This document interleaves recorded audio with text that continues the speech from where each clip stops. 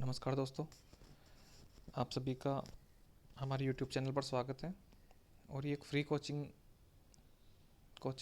Session जो question session है वो शुरू किया हमने, उसी का ये 5वां पार्ट है।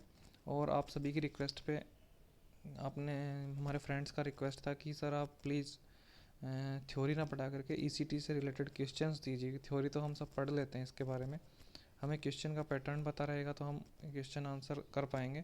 ऑब्वियसली उसी को माइंड में रखते हुए हमारी टीम ने प्रयास किया है कि जो इम्पोर्टेंट क्वेश्चन हैं जो बार बार पूछे जाते हैं, न केवल नर्सिंग के एग्ज़ाम में बल्कि MBBS जो नीट PG का एग्ज़ाम होता है उसमें भी पूछा गया है, वो क्वेश्चन हमने छाटे हैं बड़ी मेहनत से। और उम्मीद करते हैं आप सभी को ये पसंद आएंगे और इसका दूसरा पार्ट भी हम जल्दी पब्लिश करेंगे।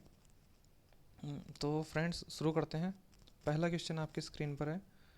First use of convulsive therapy for the treatment of disorder. Psychiatric disorder in modern times is attributed to Ladislaus von Meduna, A.E. Bennett, Igas Moniz, Kurt Snyder. Friends, first of all, you should understand what the your question is saying. Question is asking about first use of convulsive therapy. This is the main important line, and as you know that many of us don't know who use first this convulsive therapy. And for your information I would like to answer you tell you that this answer will go to the Meduna will be the answer, जिसने सबसे पहला इस therapy को use किया था, या फिर बोल सकते कि इन्वेंट किया था, वो मेडुना ही था। ओके फ्रेंड्स, अगले वीडियो में हम आपका जो डाउट है सरलेट एंड बिन्नी वो भी हम बताएंगे। उसमें आपको फ्रेंड्स क्वेश्चन के बेसिस पे इसलिए बनाया भी है हमने ताकि आपको पता चले कि first use of convulsive therapy आया है यहाँ पे, ये ध्यान रखना है। अगला क्वेश्चन में दूसरा लाइन आएगा और उसका आंसर दूसरा होगा। इसमें आया first therapeutic use of electrically induced seizure in the treatment of mental disorder is related to. तो आपको ध्यान रखना फर्स्ट थेराप्यूटिक यूज, इसमें आ रहा है थेराप्यूटिक यूज मीन्स किसी पेशेंट पे यूज करना, वो किसने किया था? तो आंसर जाएगा इसमें सरलेट एंड बिन्नी। ठीक है, अलग और भी आंसर दे रखा है पर आपको आंसर करेक्ट बताता हूँ। तो सरलेट एंड बिन्नी इन्होंने ही इसको इन्वेंट किया था 1938 में, आपको पता है। यदि डेट भी ईयर पूछा जाए तो आपको ध्यान रखना होगा। और ये है फर्स्ट थेरापेटिक यूज, जबकि पिछले वीडियो में लिखा था वो फर्स्ट यूज, जो फर्स्ट यूज़ किया था वो किसी पे भी हो सकता है, तो वो था मेडुना। और जबकि थेरापेटिक यूज की बात करें तो वो है Cerletti and Bini. Okay, next question is the sequence of administration of medication in anaesthesia for ECT। ECT के लिए आपको क्या देना है? एनेस्थीसिया देना है। और उस एनेस्थीसिया के लिए आपको मेडिकेशन किस सीक्वेंस में देनी है, यह आप थ्योरी में पार्ट में पढ़िए। यदि फ्रेंड्स आपको थ्योरी समझ में नहीं आ रही है, थ्योरी में डाउट है, तो आप हमारे कमेंट बॉक्स में ज़रूर लिखिएगा। हम प्रयास करेंगे हमारी टीम कि आपको केवल इम्पोर्टेंट पॉइंट और जो जहाँ एक्सप्लेनेशन नीडेड है, जहाँ पर ज़रूरी है और कुछ चीज़ किस हिसाब से याद करनी है, वो हम सभी ट्रिक्स दिखाएंगे उसमें। ओके, तो फ्रेंड्स इसमें देखिए आपको ध्यान होना चाहिए कि सबसे पहला एट्रोपिन देते हैं 0.6 mg, ठीक है। फिर देते हैं थायोपेंटोन होता है जो एनेस्थीसिया होता है। फिर सक्सिनाइल कोलिन होता है, वो मसल रिलैक्सेंट होता है। चलो ठीक है। दूसरा देखते हैं सक्सिनाइल कोलिन पहले, मसल रिलैक्सेंट पहले दे दिया, फिर हार्ट रेट को रेगुलर करने के लिए दिया है, फिर उसने एनेस्थीसिया। ये सीक्वेंस बैठा नहीं है।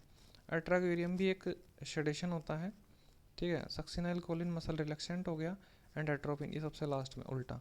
एट्रोपिन सबसे पहले, ठीक है, मसल रिलैक्सेंट दे दिया नहीं, और थायोपेंटोन ये उसके बाद। देखिए फ्रेंड्स एक बात बता दूं आपको मैं, एट्रोपिन सबसे पहले इसलिए दिया जाता है जैसे ही हम उसको एनेस्थीसिया देंगे तो हार्ट रेट ऑब्वियसली स्लो पड़ेगा। एनेस्थीसिया का असर होता है कि हार्ट रेट कम हो जाता है, हार्ट रेट को कम कर देती है एनेस्थीसिया। तो इसलिए हमें क्या करना है कि ये सबसे पहले देना है। उसके बाद हम एनेस्थीसिया देंगे ताकि पेशेंट का क्या होगा, वो इतना मूव नहीं करेगा। सक्सिनाइल कोलिन हम लास्ट में देंगे ताकि उसके ओरल सिक्रेशंस इतने नहीं आए, ठीक है। ओके फ्रेंड्स, तो answer will be A will be the correct answer. Okay friends, next, as per the current evidence which statement is not correct. सबसे पहले आप कोई भी क्वेश्चन सॉल्व करें उसमें आपको उसका लैंग्वेज समझने की ज़रूरत है। नॉट करेक्ट मीन्स गलत पूछ रहा है। नॉट करेक्ट का मीन्स हो गया कि फॉल्स कौन सा है, ठीक है, फॉल्स कौन सा है। तो आपको देखना है bilateral ECT superior in efficacy to unilateral ECT, ठीक है। सेकेंड है unilateral ECT is more likely to cause cognitive deficit, okay. Brief pulse ECT delivery is associated with decreased cognitive deficit, okay. Then unilateral ECT is administered to the non dominant hemisphere. Friends इसमें आपको देखना है पहले सही सही कौन से लग रहे हैं आपको। नीचे से शुरू करते हैं। Unilateral ECT is administered to the unilateral, सही है। Brief pulse ECT delivery is associated with decreased cognitive deficit, हाँ इसीलिए इसका ड्यूरेशन कम रखते हैं, ठीक है। Unilateral ECT is more likely to cause cognitive deficit, unilateral ये थोड़ा डाउटफुल है तो इसको हम रख लेते हैं एक बार, ठीक है। Bilateral ECT is superior in efficacy to unilateral ECT, हाँ सही है कि बायलैटरल ईसीटी ज़्यादा इफेक्टिव है। तो ये तो आंसर आ गया इसमें, बी इसका आंसर होगा, ओके फ्रेंड्स। नेक्स्ट देखते हैं। Which of the following drugs is associated with lower seizure threshold when administering ECT. Friends language समझने की ज़रूरत है कि इनमें से कौन सी ड्रग है जिसके कारण से हम ईसीटी देते टाइम थ्रेशहोल्ड, सीजर की थ्रेशहोल्ड है वो कम हो जाएगी। मीन्स जैसे सपोज हम अभी आएगा ड्यूरेशन कितनी देर तक देना चाहिए, तो कितना एम्पियर हमें रखना चाहिए, और यदि उससे कम एम्पियर पे ही थ्रेशहोल्ड आ जाए तो वो भी गलत है। तो ऐसी कौन सी ड्रग है, तो आंसर देखते हैं। बारबिचूरेट भी नहीं है, बेंजोडाइजिपिन्स भी नहीं है, एंटी कन्वल्जेंट भी नहीं है, लिथियम। लिथियम ऐसी ड्रग है जिसको देते ही हल्का सा मतलब कम वोल्टेज पर ही पेशेंट में करंट आ जाता है, वो सॉरी सीजर आ जाता है, सॉरी, ओके। तो आंसर इसका होगा ए।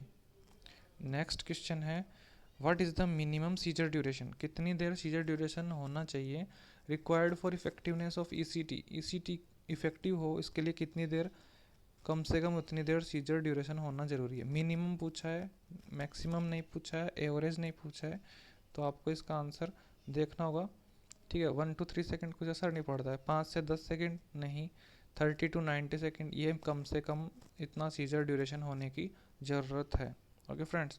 तो यही मिनिमम ड्यूरेशन रहेगा। आपको लाइन समझने की ज़रूरत है क्वेश्चन में क्या पूछा है, ओके फ्रेंड्स। नेक्स्ट है what is the best accepted placement of electrodes in unilateral ECT. Unilateral ECT, सबसे पहली बात यूनिलेटरल ईसीटी, ठीक है। इसमें कौन सा सबसे ज़्यादा बेस्ट एक्सेप्टेड प्लेसमेंट पूछा है इसने, कि सबसे ज़्यादा एक्सेप्टेड प्लेसमेंट कौन सा है। प्लेसमेंट तो हम कैसे भी कर सकते हैं, पर जो सबसे ज़्यादा बेस्ट एक्सेप्टेड है वो पूछा है। आंसर देखिए, बाइफ्रंटो टेम्पोरल नहीं, पेराइटो टेम्पोरल यूज करते हैं पर इतना नहीं करते, ऑक्सीपिटल ये तो देखा ही नहीं है, d'Elia position, d'Elia position is the most common best accepted placement of electrode, ठीक है। यही यूज़ किया जाता है यूनिलेटरल ईसीटी में। ये भी पूछा सकता है क्वेश्चन कि डी इलिया पोजीशन कौन सी ईसीटी में यूज़ करते हैं, तो यूनिलेटरल आपको ध्यान रखना है। What is considered as the gold standard for confirmation of seizure in ECT, ECT के कंफर्मेशन, सीजर का जो कंफर्मेशन है वो देखने के लिए हम कौन सा गोल्ड स्टैंडर्ड है, क्वेश्चन पूछ रहा है गोल्ड स्टैंडर्ड, ठीक है। तो ईसीटी में यदि आपको सीजर का कंफर्मेशन देखना है कि सीजर आ गया, उसके लिए आप किस पे मेथड किस को यूज़ करेंगे, इलेक्ट्रोमायोग्राम नहीं, गैलेविक स्किन रेस्पॉन्स ये तो नहीं है, कफ मेथड भी नहीं, तो आंसर जाएगा ईईजी, ठीक है। ब्रेन की स्टडी के लिए करते हैं ना, तो वही आंसर इसका जाएगा।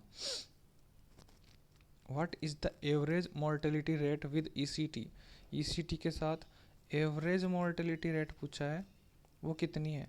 फ्रेंड्स ये डायरेक्ट आंसर है, इसका आपको कोई और चीज़ देखने का ज़रूरत नहीं है, ये सीधा आंसर यही जाएगा 3 to 4 पर 1 लाख, 1 लाख पे कितने 3 से 4 की डेथ हो जाती है ईसीटी के साथ। ये एक स्टडी बेस्ड डाटा है, पूछा गया है क्वेश्चन ये भी, ओके फ्रेंड्स। तो अगली बार हम फिर से मिलेंगे एमसीक्यू सीरीज़ पार्ट 2 लेकर के ईसीटी पे ही कुछ इंपॉर्टेंट क्वेश्चन के साथ। तब तक बने रहिए हमारे साथ। यदि दोस्तों आप सभी को ये हमारा चैनल पसंद आता है तो आप इसको प्लीज़ सब्सक्राइब कीजिए और हमारे वीडियो को लाइक कीजिए। आपको कोई डाउट हो तो कमेंट बॉक्स पे ज़रूर लिखिए, हमारी टीम हर समय रेडी है आपके हर क्वेश्चन का जवाब देने के लिए। जितना हो सकता है उतना प्रयास करेंगे। धन्यवाद।